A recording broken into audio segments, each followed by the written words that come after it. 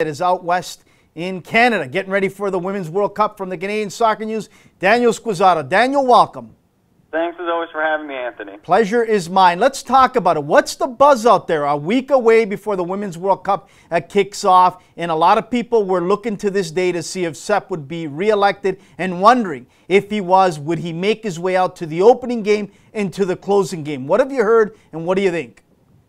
Well, I mean, whether any of us listening or paying attention to it like it or not, Sepp Blatter is and remains the president of FIFA, and I would expect that he would be there at the opening game in Edmonton, as you would expect the president of FIFA to be. Now, the question is what role he will play, because in recent years we've started to see at different FIFA events the fans in attendance actually having some kind of backlash towards Blatter, him getting booed when attending events. So it'll be interesting to see that opening game 8 days from now in Edmonton, what sort of reaction he gets, assuming that he does make the trip. And at this point, there's no reason to suspect that he won't. I mean, I'm sure he'll take a couple of days to celebrate his momentous victory before getting back into the business of things. To me, Daniel, I couldn't be more prouder of the Canadian Soccer Association President Victor Montagliani on the decision he took in saying we will not support Sepp Blatter. I actually texted him the day before, and I said, good on you, good on the CSA for making this decision, because this is in our, this is in our making of who we are in Canadians, and this is what we're all about. Your thoughts on when you heard that the CSA would take that stand? Well, I'm like you. I was pleased. I was pleased to see that, because sometimes there are decisions that need to be made that go above your own self-interest. It's interesting. A bit earlier this week, kind of apropos of nothing, people were a question came out on Twitter.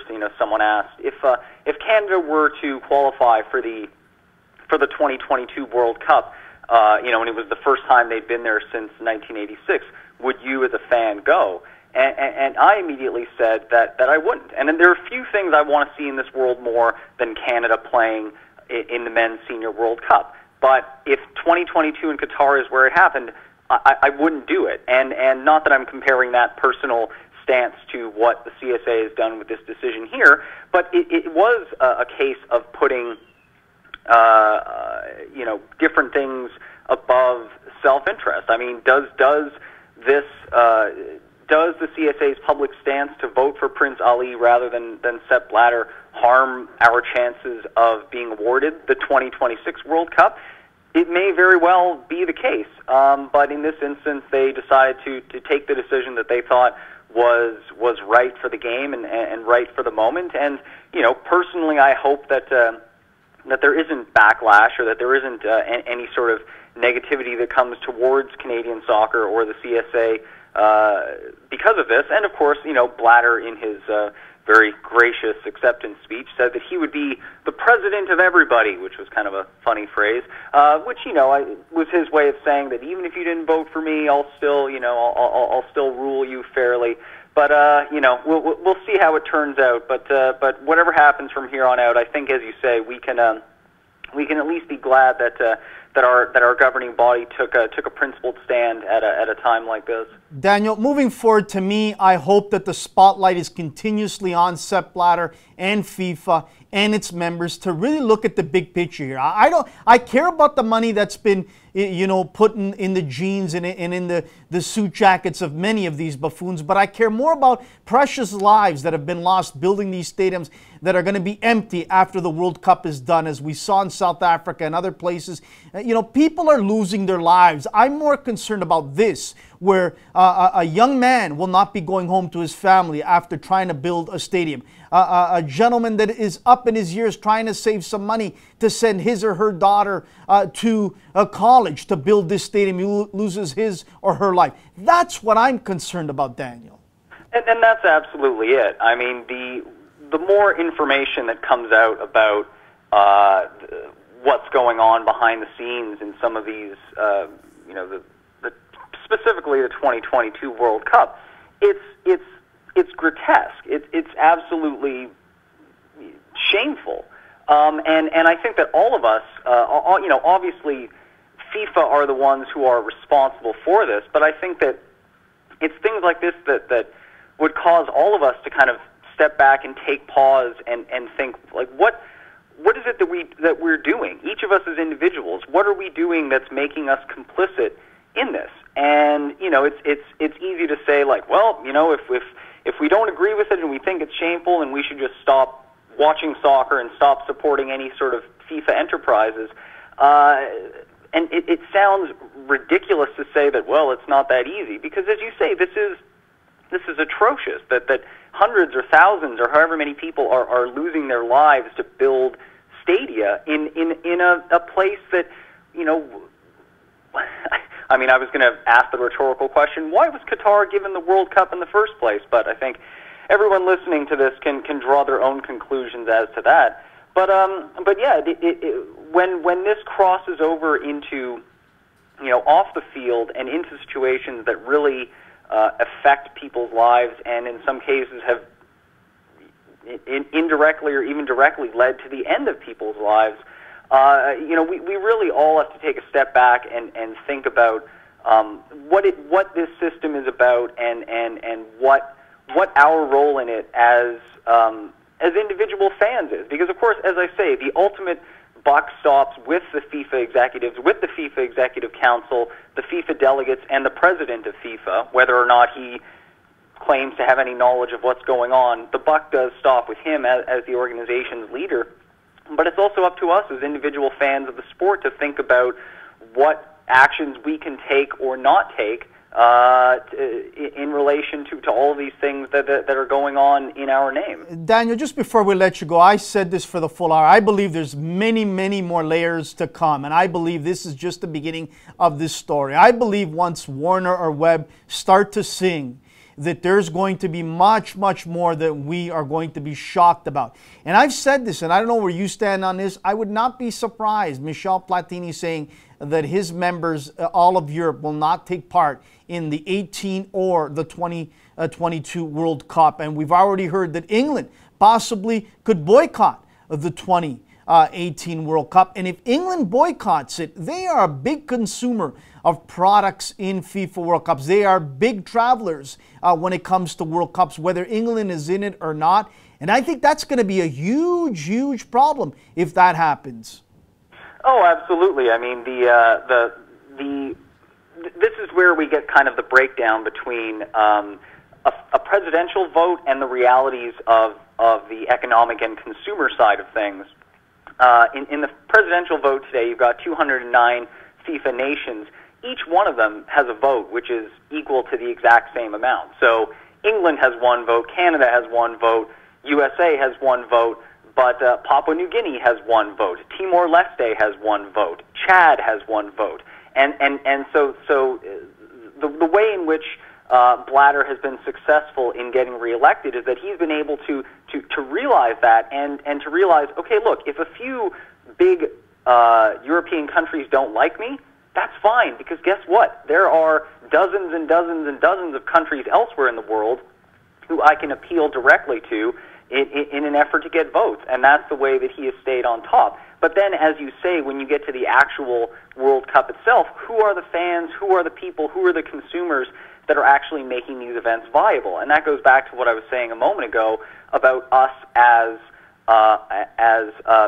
fans of the game and the choices we make and the decisions we make as it relates to the game. I mean, as I said a moment ago, and you can record this and play it back in a number of years if you like, but as I said, there's nothing I'd like more.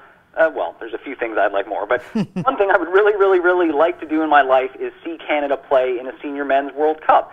But if my first, and who knows, maybe only opportunity to do that is in Qatar 2022, I will not be there. And yes, I realize that my lack of money is not going to bring down FIFA, but that's a self-sacrifice I'm making, again, which pales in comparison to the sacrifice made by the people building these stadia. But as I said, it just goes back to what each of us can do as fans of the game. You wondered about how much farther this goes. We've heard about corporate sponsors that are reconsidering their connections with FIFA, and another element of it, I want to read a tweet from Andrew Jennings, who's been someone that's been absolutely at the forefront of investigating FIFA for the better part of a decade and beyond. He wrote a book called Goal, which I think everybody should read to give themselves an idea of what's going on beneath the surface. And he tweeted yesterday, and I quote, "I gave the FBI the crucial documents that triggered yesterday's arrest. There will be more to come. Blatter is a target."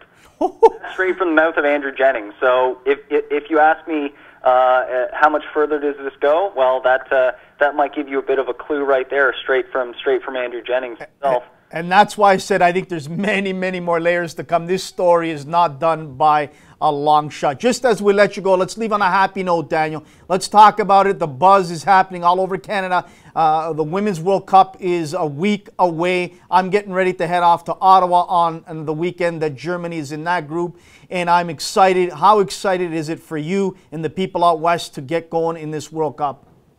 Oh, personally, I'm absolutely very excited, and this kind of gets back to my point. We can say all we want about FIFA, but at the end of the day, we're about to get excited and spend money on tickets and things for a FIFA tournament. But as you say, it is a huge deal, and some of the things I've been hearing from people, maybe the hype, maybe the level of knowledge and interest isn't necessarily at a boiling point to the extent that maybe the organizers would have hoped at this point.